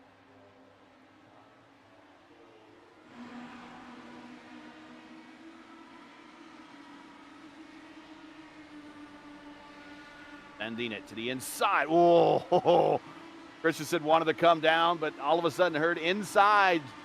Lindy going to clear him coming off the corner. Going to slide up in front of him if he wants to, but he's going to stay low and defensive into 3 and 4. Not too far outside of him there. There's Christensen, and he starts now to pull away. Lindy controls the spot now. Move Lindy up to P2. Yeah, you mentioned it. It's 8-lap old tires versus 36-lap old tires. 28-lap difference around a mile track like Milwaukee is absolutely massive. Like, it is hard to put in words the pace difference that you'll have just with that 28-lap difference in tires there. And you see Julian Altena right behind, also making quick work of Christensen, or I'm sure a little bit of team orders was put into place there, as you know. They are both on Altena Autosports, and you're not going to fight your team boss on 28-lap older tires. Yeah, you're going to give your team boss plenty of room. You did your team boss maybe a little bit of a favor, slowing down Clendy a little bit, allowing Julian to jump into the battle. Think of it more of a sacrifice bunt in baseball. You got the out, but you moved the runner ahead. That's a great way to work. Great way to look at it. And if Christensen's able to help Altena get the win in the end, if that slowing up of Clenworth was able to help him get the win, maybe you can even call it a sack fly. Score the run in the end as well. And he is playing rear gunner a little bit. He is playing rear gunner a little bit to Julian by holding up Bryce, who's in 5th spot. So giving him the dirty air. So giving a little bit of buffer. Julian knows he doesn't need to worry about John. The only one he needs to worry about is Bryce. And Bryce right now is kind of behind this battle by a pretty comfortable margin, at least when it comes to IndyCar margins on the racetrack. And it's been a while since we've cut to him, but it's really just been the Liam O'Sullivan show today. Currently 2.7 seconds ahead of Clenworth. I mean, I can't remember the last time that he was less than 2 seconds ahead of the guy in 2nd place. It seems like he's just been absolutely dominant all of today. You can see the stat on the screen, 84 laps led in total. That is definitely the most by anyone. Gonna pick up those 2 bonus points that you get for leading the most laps, and also up 8 positions on the day. A lot of notable drivers up a lot of positions on the day. We can go back and run through some of them. Christensen up 9, 13th to 4th. Saucier up 9 as well, 14th to 5th. And just behind them, Fiolis up 11. Shane Kosher up 12. And a lot of these drivers up 12, 7, 12, 6. As you go down through the order, Heitzema, Teixeira, Vinci, Gassel, all of them up many positions from where they started. It's a great race for some comebacks. That Clendy is funny. The only person that is in the exact same place where he started, the only person I'm looking at it, he's neutral. So he's exactly where he started the race. Altena's up 3. Yeah. And besides that, everybody else is gained 6 or more. That's left running on the racetrack. Everyone has gained spots, so everyone in the green, with the exception of Clendy, who started 2nd and is currently 2nd. But again, a lot of drivers employing the drive to survive strategy.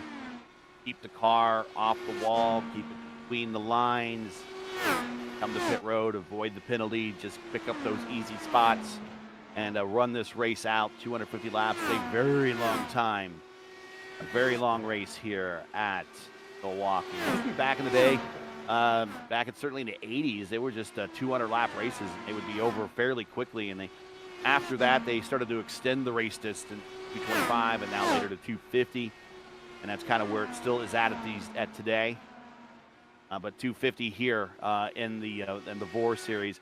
Before the first race that they had here back in season 2 was 125 laps. Then they did a couple seasons at 150, then back to 125. And since season 9, it's been 200 or more every time that the Velocity Online Racing IndyCar Series uses Milwaukee on the schedule. Just to keep you in mind, there have been 42 different winners in Velocity Online Racing over 14 seasons. There have been 4 first-time winners this season. The last first-time winner was a race ago. That was Godsoe when he won at Road Atlanta. So that is a little bit of a, I'm not sure if that is a series record, but it's been a while since the series has seen 4 first-time winners. But it says a lot about the parity in the lineup, up and down, good drivers all the way through this roster. Once again, if you're just joining us, you're watching Velocity Online Racing's coverage of round 8 of 9 of the Velocity Online Racing IndyCar Series, coming to you from Milwaukee for the 9th running of the Milwaukee Mile 250, presented by Lovern, Inc. Currently, Liam O'Sullivan leads with just shy of 60 laps to go. Make sure to smash that like button, subscribe to the channel so you don't miss out on the next race. The next race for us will be Saturday, November 22nd, for Championship Saturday, as the series looks to close out its 14th campaign with its 7th ever stop at, as I call, Improper Phoenix, to crown a new series champion. Coverage starts at 3 p.m. Eastern time on the 22nd, right here on Green Flag TV, so don't miss it.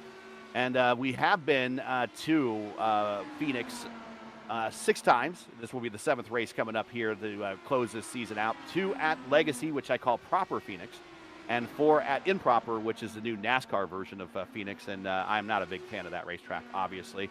But we'll be going back to that racetrack as Liam O'Sullivan almost greeting the turn 2 wall. A little bit too close there. And these drivers are starting to get a little bit spicy now. They're going to turn up the pace a little bit with 59 to go. They know that there's a lot to play for here, and we're going to get a little look at what happened one more time. We're going to see how big of a contact this 12 machine was with the wall here. As you see, I believe this is exit of 4 here. We're gonna slow it right on down for you guys, and Yeah, he got closer off a 2. okay, I think maybe on the maybe on the next lap, but it was definitely greeting the turn 2 wall and giving. I'm sure everyone likes to give kisses and receive kisses, but that's a kiss you don't want to really give the wall at all. Not this late in the race, and not with a lead that big at the moment. Also, to remind everybody, today's Milwaukee 250 is brought to you by Lovern's Incorporated. Lovern's provides professional services and renovation, remodeling, painting, and mold removal services for government, commercial, and residential projects. For a quote or to learn more, like them on Facebook, or you can follow them or also visit them at lovernsinc.com today. Again, that's lovernsinc.com. And the other thing I want to note is if you're enjoying the racing action here on Green Flag TV, make sure to tune back in with us tonight, 7:55 p.m. for the new SRA Speedway Blitz Series. I will be back once again for that, joined either by Nolan or Derek. I never quite know on which day it's going to be, but I will be joined by that one at 7:55 Eastern time, so make sure to tune in for that if you still want to watch some racing on the rest of this lovely, lovely Saturday before we get the Brazilian Grand Prix tomorrow for F1.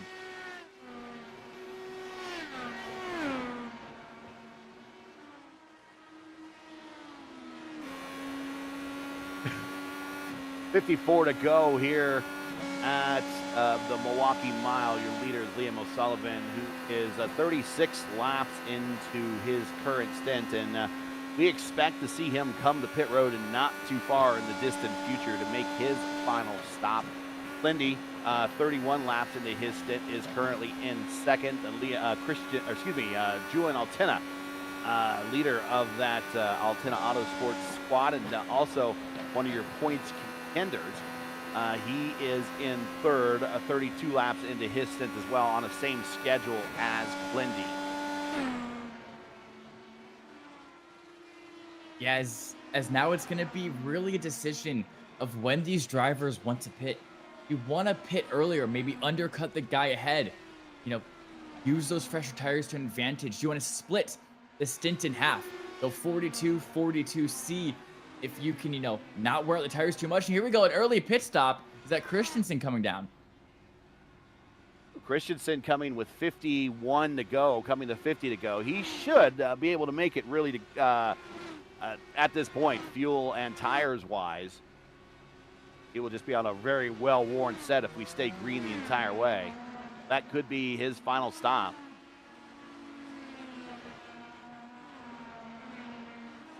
He already had about 28 or so on that tank when we went green flag racing, so he took it as far as he could have gone. Yeah, I think he was one of the guys that stayed out at that last pit stop, so yes. I believe he already had like 28 laps or so on that set of tires, on that set of fuel, so it makes sense why he had to come down pit road earlier than everybody else here. Another 20 or so after the restart, and that kind of gets you into the 50 to go range, gets you into the window to kind of get home. Oh, again, Liam O'Sullivan into the turn 2 wall again. Very close. Yeah, I mean, if he started to get spicy, I don't know if he's killed his right front, he's pushing too hard, or maybe he's getting nervous. Kyle Klendworth, 1.1 seconds behind now and closing. So, I mean, I don't know if it's a combination of all of those things, but well, he's got Pim and Muriani in front of him. They're only a second ahead as Christensen goes purple to 22.195. That beats Liam O'Sullivan's 22.199 purple lap set not too long ago. But he does have Muriani, he does have Pim Van Gastel in front of him inside of that draft envelope. So when you're inside the draft envelope of these cars, you're getting the benefit of the draft down the straight, but you're getting the non-benefits of dirty air through the corners, and that's exactly what he's picking up as Clindy now has cut the lead to 6/10, now 5/10. This is going to get super, super close here by the end of the stint, and honestly, if I'm O'Sullivan, what I'm going to do is I'm going to hold off Klendworth for as long as I can, make it as tough as possible for him to pass me, but when he inevitably does, I'm just going to come down pit road and go for the undercut. Speaking of pit road, Bride Fuelless, that 06 bright pink machine coming down pit road, making that stop. He is going to be one of the people that are doing that second strategy I talked about. You know, cutting that stint in half, 42-42. Yep, final stop for him. He's good. He's good. He's just hoping for some issues to happen in front of him to kind of improve his outlook of this race. He's probably looking at a top 10. We got a battle for the lead. Back up front, Clindy is to the attenuator of Liam O'Sullivan, and Sullivan is still getting the impact of those cars in front of him. And Clindy also will be getting that impact as well. And you might also start seeing, and look how high Clindy is on the racetrack. He's seeking that clean air. And also, don't rule out, don't look too far behind Clindy, but Julian Altena might be joining this group if they race these back markers too hard. Yeah, it's going to be so difficult because O'Sullivan, as you mentioned, he's getting the dirty air of those back markers ahead, which just makes it all the more harder for him to hold off from Klendworth. This is just so scrappy. Like a zipper. As Pim gets out of the way. Pim just gets out of the way. And also Muriani kind of gets out of the way. He stays high, and that's going to not quite allow Clindy to clear. Now Clindy clears. Christensen improves his purple lap to a 22.148. And to the outside, as I think, Liam is coming to pit road. Okay. I mean, that makes sense at this point in the race. If you think Klendworth has better pace than you, go for the undercut. Try something different. Because if Klendworth simply beats you on track right here, gets the pass done, and then he pits before you, or you go on the same strategy as him, it's going to be super hard to get that pass done in the end because we talked about track position. So O'Sullivan coming down earlier, going for the undercut, fighting for that track position and making Clenworth put in all the hard work later in the race. The lap down now. So Clindy, how long is Clindy? Because we know that Liam's going to be fast, and we also know that he's light because you don't need a full tank of fuel to get to the end. So he's on fresh tires and light tanks or a lighter tank. He's going to be fast. How long does Clindy want to stay out here and play with that margin? Should he answer right away? I would be more inclined to answer right away, but Clindy feels like maybe he could make some. No, he's coming to pit road this time. So he decided just to go a couple of laps. He gets down to the 45-mile-per-hour speed limit at the cones there, and now is beginning to look for his spot on pit road. Final stop for what will be your points leader at the end of this race. Coming to the marks, hits it, little cockeyed inside the stall. But again, enough inside the stall and lined up perfectly enough that they're going to be able to perform service down and away. New tires, full tank of Shell fuel down and away. Clindy will rejoin the racetrack, and there goes Liam around him. Yeah, so Liam O'Sullivan, it looks to be 2.5 or so seconds. Unfortunately, they're both a lap down now, Julian Alchner, so we can't quite tell what that gap is, but not only is there a pretty decent time gap, there's also it's, 1.5, good amount of lap cars between 1.4, them. Okay. 1.4, 1.5 up to O'Sullivan from Clindy. And is now Clindy's cool. actually racing, that is Pim, I think. Julian coming to pit road. I believe so. Altina now coming down pit road at 11, making his last scheduled stop of the day. 4 out of 4 for him right now. And then the rest of the guys that still have to come down, it's going to be Saucier, Kosher as well, running first and second. And then further back in the field, Heitzman and Vinci. Sorry, Julian had damage on his right front wing plane that reset when he came to pit road, so I'm not sure exactly what happened there, but right front wing plane, which will be the wall facing.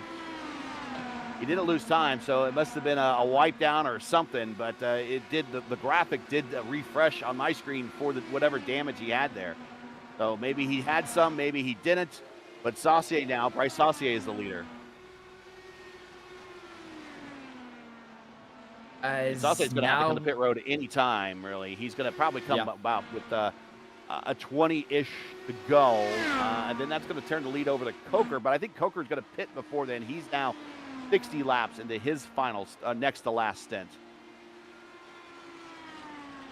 Yeah, we got 6 more drivers that still have to make their final stop. Saucier and Coker, as you just talked about.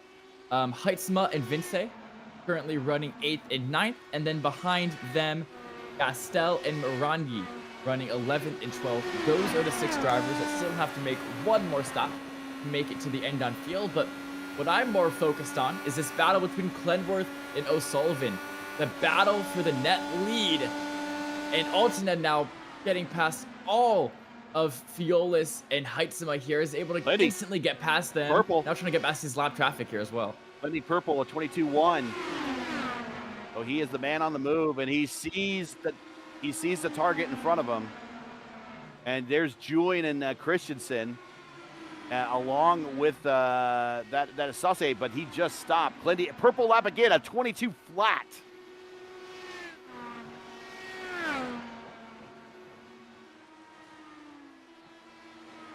Blistering pace from that bright pink car later on into this race here. And I think, Gary, you called it about 80 or 90 laps ago.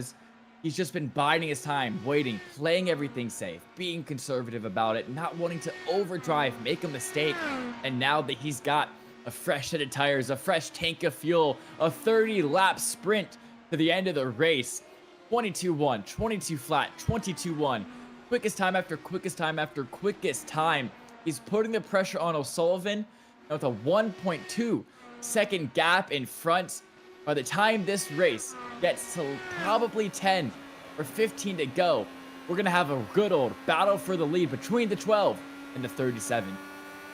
The laps difference in tires on those cars too, but what you see Clindy doing here is kind of right from the Rick Mears playbook of Doesn't matter where you are early in the race. It doesn't matter where you are in the middle of the race. It matters where you are and where your car is set up for at the end of the race. And we are in the closing stages, 26 to go, as now we still wait for Bryce Sauce to come to pit road. And I think he's coming to pit road right now. This will turn the effective lead over to Liam O'Sullivan, but Clindy now has cut it within a neighborhood of a second to Liam O'Sullivan, as we're going to go 24 to go, and that's what the gap will be going in the one.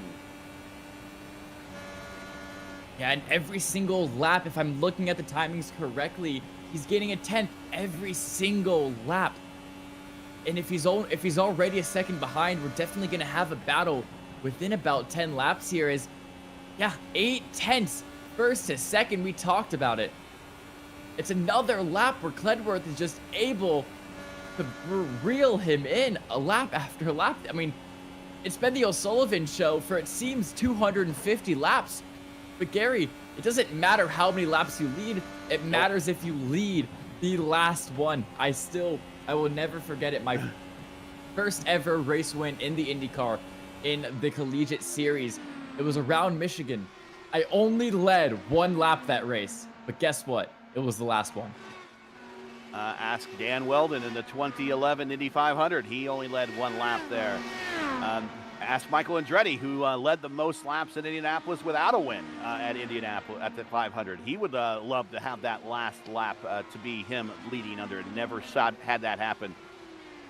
So here comes Clindy now, 7/10 to O'Sullivan. So the good news for Clindy, he's in the draft envelope. He'll be able to use that draft down the straight to get closer. The bad news for Clindy is he's getting dirty air, but he has choices to make in the corners because there's not a lot of lap traffic around.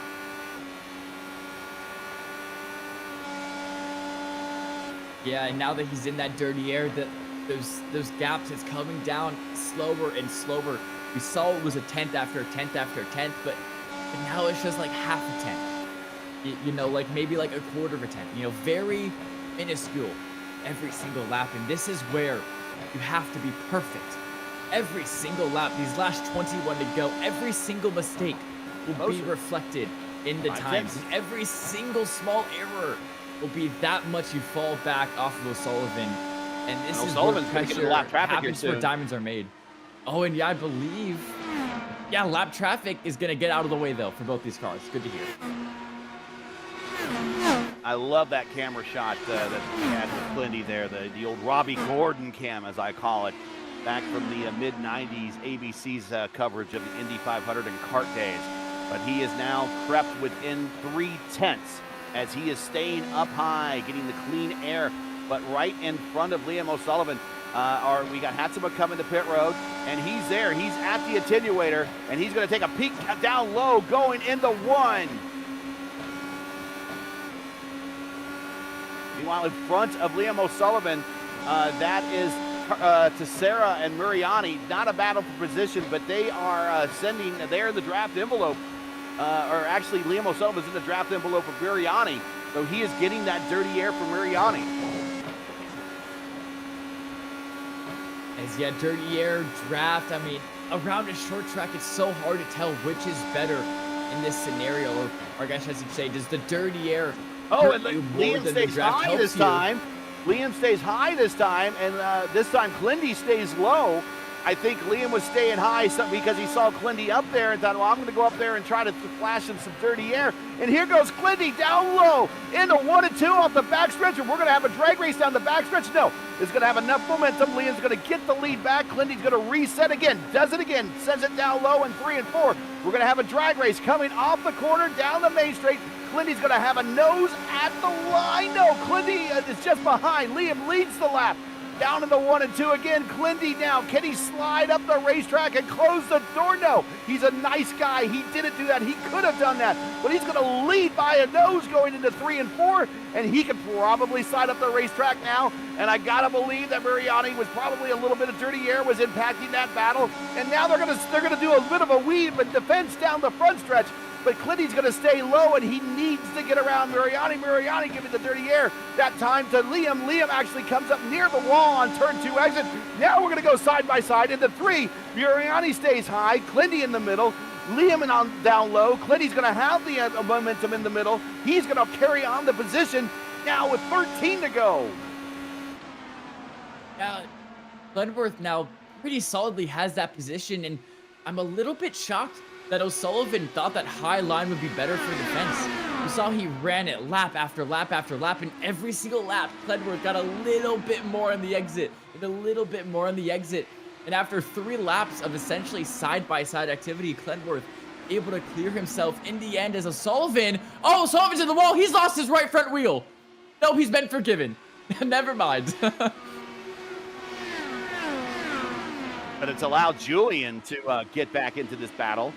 And at this point, this is where you, at team owners, team orders, and a team owner might have to say orders and say, hey, I'm going to need these points in this championship. Let me by. I don't know if they'll execute that or not, but that's. Yep, you called it. I think I called it right there. That pass was a lot easier than it looked for Julian. Now, I do know that Shane Coker and Clindy do work with one another, but Coker's going to stay out of the way there. I thought Coker might actually play rear gunner a little bit for Clindy, but 10 to go, and here comes Julian Altena, looking for his 3rd career win here at the Milwaukee Mile. Now, Altena on Glenworth, can he bring it up? I mean, here's the thing. Glenworth had to burn out his right front tire fighting O'Sullivan. Altena did not have to do that. So Altena, just by that fact alone, will have better tires than Glenworth. And as we thought, it was Glenworth versus O'Sullivan for the win. Julian Altena throws his name into the hat. And with 9 to go, 7 tenths in closing, 6 tenths in closing, I should say. Do not discount the 11 car here at the Milwaukee Mile. 250 laps in total, 242 have been driven, 8 miles to go here, and it's gonna all come down to the wire.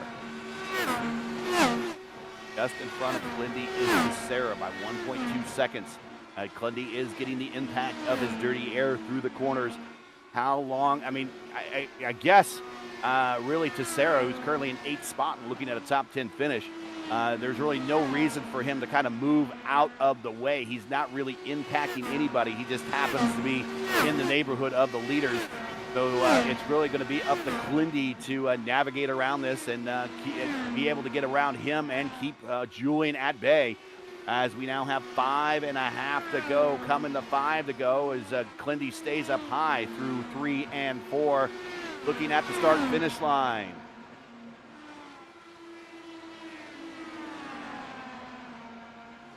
Go back to a battle for 4 spots. Yeah, as you said, a battle for 4th, Christensen versus Saucier. Sorry, the 44 and the 07. We're going to take a look at this battle for a little bit before we go back to that lead, as Altena still has an 8 tenths gap to Glenworth in front, and you never know when there's a lapped car ahead of them, as there is right now. You never know when it's all going to implode here. And right now, Altena Autosports looking at a P2, 3, and 4. But Saucier looks like Bryce gets around Christensen and has the advantage. And now the Altena Autosports lockout at much of the top 5 has been kind of shuffled a little bit. Still not a bad finish for 44 Nation. Much to be proud of themselves. And a lot of that that he got on the racetrack was gained by track position and strategy. So good calls on the box. Forever who was helping out John Christensen, because I think that's going to lead to a good solid finish for him. Coming to 2 to go, back up front, Clindy has reached the lap traffic. Tessera staying high, Clindy going low. Tessera going to let Clindy on by, as now he's down midway down the backstretch, 1.5 laps to go, as Julian now is in the clutches, or actually Tessera now in the clutches of Julian. Julian gets it around Tessera and now directly in competition and contact with Clindy. White flag in the air, 1 mile to go here at the Milwaukee Mile, here presented by Lovern's Inc. And down the backstretch, Clindy looking at another win this season and to strengthen his advantage in the points championship off of 3 and 4. A little contact early, but a lot of celebration late. Clindy, your winner here at the mile. And road racing takes it here at Milwaukee. Altonel, Sullivan round out your podium. Saucier Christensen coming in 4th and 5th. So it's 3 Alton Autosport cars in that top 5. But the win goes to Rogue Racing in the end. As you see, Altona and Cledworth giving each other a little bit of respectful bumps there, as Altona, the league owner, congratulating the 37 on a magnificently won race.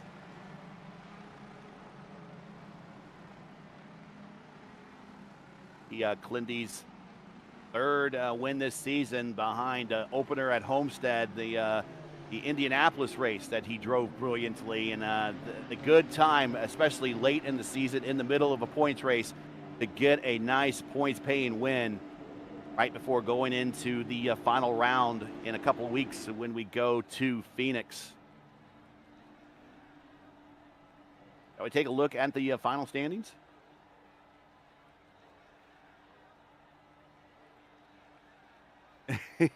He's maybe just reflecting for a moment at the start-finish line.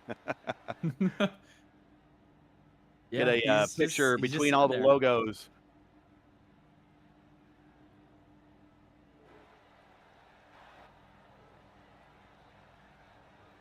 But Clindy with the win, his 3rd win this season, 3rd career win here in the Velocity Online Racing IndyCar Series. Julian Altena, so close to getting his 3rd win here career-wise at the mile. Comes home 2nd. Liam O'Sullivan 3rd. Dominant day for Liam. Just late. It didn't work out for him. Bryce Saucier, a good finish, and probably will end up being your driver of the race, really, with made up 10 spots and made it up to 4th at the end of the day. Christensen, a lot of strategy brought him home in 5th. Violas, much the same way. A lot of strategy got him to 6th. Shane Coker, very consistent, up to 7th. Tessera in 8th. Hatsuma in 9th. And Andreas Vince, who started shotgun on the field. He started 19th. Let's see. He started 15th, or no, 16th. He improved 6th, so he worked his way up into a top 10 finish. That is your first page. Moving on to the next page is Pim Van Gastel at 11th. Mariani in 12th, Inch 13th, F-Tink. Not going to help him in the points championship much with 14th worth of points in 5th spot. So we'll see when the points are calculated here where he takes out in all this and see if he has a shot in the final race here coming up at Phoenix. Cuthbert 15th, Mason Mitchum 16th, Stout 17th, Edson Santos 18th. Again, some of these guys here had contact late and not indicative of their performance. Hinder in 19th, Lal in 20th. And final page here is our points leader coming into this race, Kosik Solwich. He's 21st, Dufresne 22nd, Seigers 23rd, Vitor 24th, and Strauss in 25th when we had that big turn 1, lap 1 incident to start this race off.